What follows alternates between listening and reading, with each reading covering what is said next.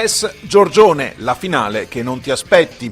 Prima di tutto perché si è trattato di un inedito per quanto riguarda il titolo di Under 16 di Treviso e perché quando una squadra è avanti 2-0 i giochi sembrano belli che chiusi. La pallavolo però sa appassionare e stupire. Questo è successo a Vedelago con la SPES Conegliano che sotto 2-0 ha rimontato e vinto sulla Giorgione Pallavolo 15-13 al tie break. Ci credevamo tutte perché dopo un inizio un po', diciamo, il primo set pensavamo di vincerlo. Ci abbiamo messo l'anima perché volevamo portare a casa questa finale, abbiamo lavorato tutto l'anno per raggiungere questo obiettivo e penso che l'abbiamo raggiunto in pieno successo. E mentre il match proseguiva e la SPES imbastiva la rimonta, le squadre che avevano disputato i terzi e quarti posti negli impianti di Paese e Castelfranco sia di Under 16 femminile che Under 17 maschile confluivano nell'impianto di Vedelago.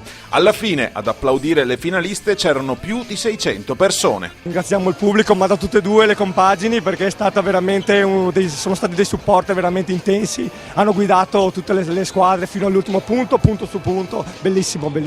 Applausi per tutte, è andata così perché la SPES ha conquistato la vittoria con le unghie, ma la Giorgione Pallavolo ha dimostrato di valere il primo posto. La delusione perciò per le atlete di Castelfranco che arrivano seconde è molta. Abbiamo avuto un campionato, il girone era abbastanza semplice, infatti l'abbiamo affrontato facilmente.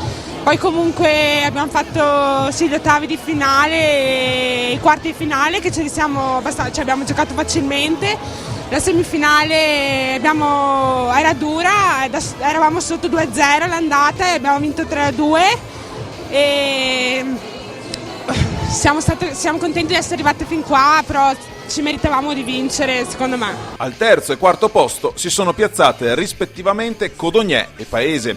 Entrambe le squadre sono soddisfatte ma solo Codognè passa assieme a SPES e Giorgione in regione. Contentissimi, abbiamo fatto una bellissima partita, abbastanza combattuta e abbiamo vinto perché siamo un bel gruppo e l'unione di questo gruppo fa la forza.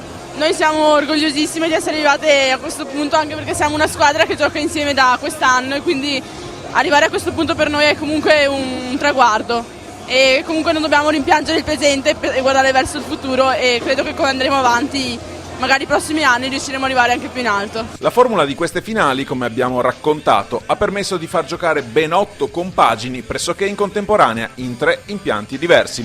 Alla fine tutte sono confluite a Vedelago per una grande premiazione finale. È stata una formula e sarà una formula di assoluto successo.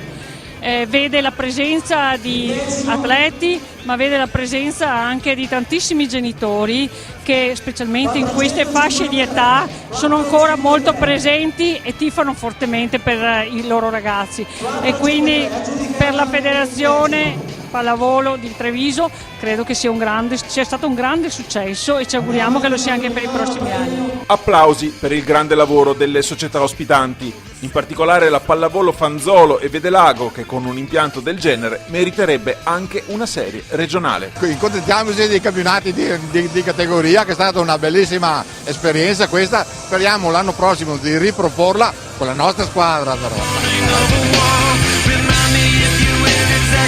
We're fighting